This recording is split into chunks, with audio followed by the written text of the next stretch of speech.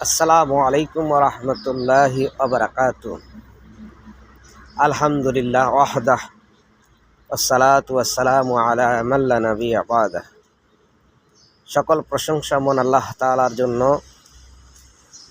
আমি আল্লাহ সুবহানাহু ওয়া তাআলার প্রশংসা জ্ঞাপন করছি, শ্রেষ্ঠত্ব মাহাত্ম্য বরত্ব ঘোষণা করছি।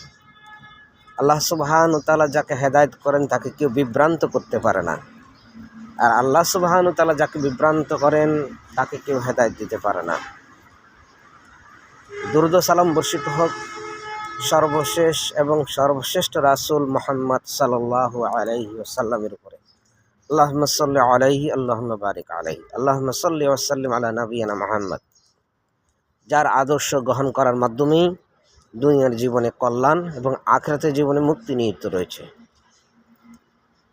রাসূল সাল্লাল্লাহু আলাইহি সাল্লাম বলেন, আত-তুহুরু শাতরুল ঈমান, পবিত্রতা ঈমানের অর্ধেক।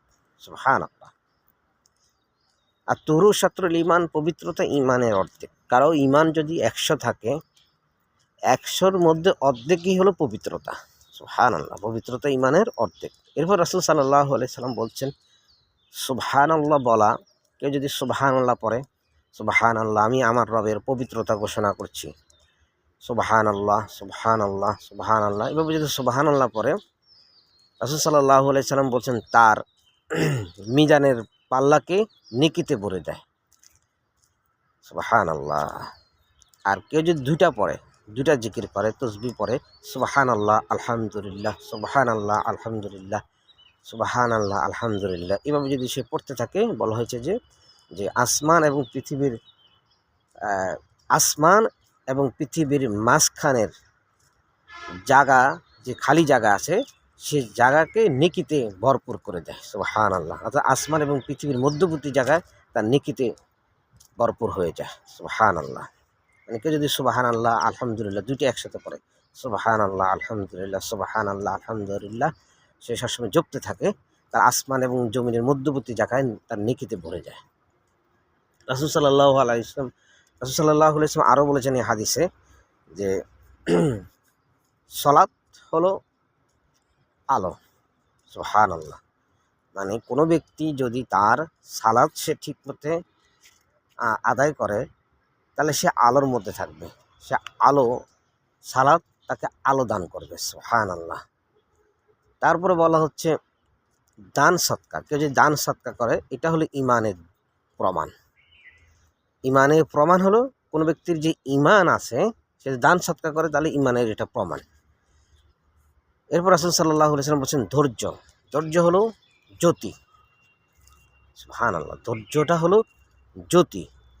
রাসূল সাল্লাল্লাহু আলাইহি ওয়াসাল্লাম বলছেন যে আর কোরআন তোমার পক্ষে দলিল থাকবে অথবা তোমার বিপক্ষে দলিল থাকবে। অর্থাৎ কাল কিয়ামতের দিন যে কেউ যদি কোরআন পড়ে দুনিয়ার জীবনে, সে যদি কোরআনের আলোকে নিজের জীবন গঠে, কোরআন আমার পক্ষে সেদিন আমার দলিল হিসেবে থাকবে, আমার পক্ষে থাকবে, কোরআন আমার পক্ষে সুপারিশ করবে।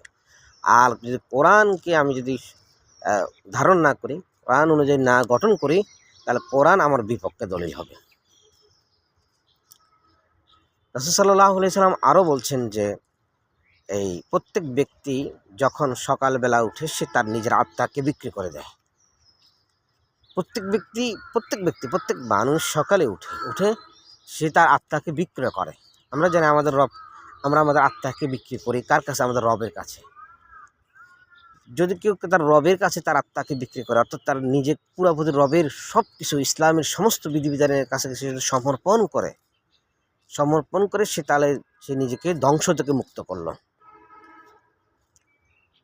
আর কেউ যদি নাফরমানিতে ডুবে থাকে, অর্থাৎ ইসলামের সমস্ত বিধিবিধানকে কি করে, সে সকালবেলা ওঠার পর থেকে শুরু করে আল্লাহর নাফরমানিতে ডুবে থাকে, অর্থাৎ ফজর নামাজেই সে পড়লো না, এরপর থেকে তার আল্লাহর নাফরমানির মধ্যে বিভিন্ন কাজে সে জড়িয়ে থাকে, তাহলে সে নিজেকে ধ্বংস করলো। আমরা প্রত্যেক ব্যক্তি তো আমরা সকালবেলা উঠি, কিন্তু সকালে উঠে কি আমি আমার সব কিছুকে সমর্পণ করে দিচ্ছি আল্লাহ সুবহানাহু কাছে, নাকি আমি উঠেই আমি মানুষের সমাজে প্রচলিত বিধিবিধানের কাছে, সমাজের নিয়মের কাছে, বা আমার নফসের কলুষের কাছে, আমার নফসের যে খায়েশের কাছে আমি নিজেকে বিক্রি করেছি? এই জন্য রাসূল সাল্লাল্লাহু আলাইহি ওয়াসাল্লাম বলেছেন, প্রত্যেক ব্যক্তি সকালে উঠে নিজের আত্মাকে বিক্রি করে। বিক্রি করার মাধ্যমে সে কী করে? হয় কার কাছে বিক্রি করে? হয় আল্লাহর কাছে বিক্রি করবে, আর নাহলে শয়তানের কাছে বিক্রি করবে, বা সমাজের প্রচলিত নিয়ম নীতির কাছে বিক্রি করবে, অথবা নিজের নফসের কাছে সে বিক্রি হয়ে যাবে। কেউ যদি আল্লাহর কাছে নিজেকে সমর্পণ করে, তাহলে সে নিজেকে ধ্বংস থেকে মুক্ত করলো, সুবহানাল্লাহ। আর কেউ যদি সে তার নাফরমানিতে ডুবে থাকে, নিজের নফস খায়েশের এর মধ্যে সে ডুবে থাকে, সে নিজেকে সে ধ্বংস করলো। আল্লাহ সুবহানাহু ওয়া তাআলা আমাদেরকে এই হাদিস অনুযায়ী আমল করার তৌফিক দান করুক। এই হাদিসের যে গভীর তাৎপর্য, যে জ্ঞান, সেটা আমাদেরকে বোঝার, অনুধাবন করার তৌফিক দান করুক। সুবহানাকাল্লাহুম্মা বিহামদিকা আশহাদু আল্লা ইলাহা ইল্লা আনতা আস্তাগফিরুকা ওয়া আতুবু ইলাইক। আসসালামু আলাইকুম ওয়া রাহমাতুল্লাহি ওয়া বারাকাতুহু।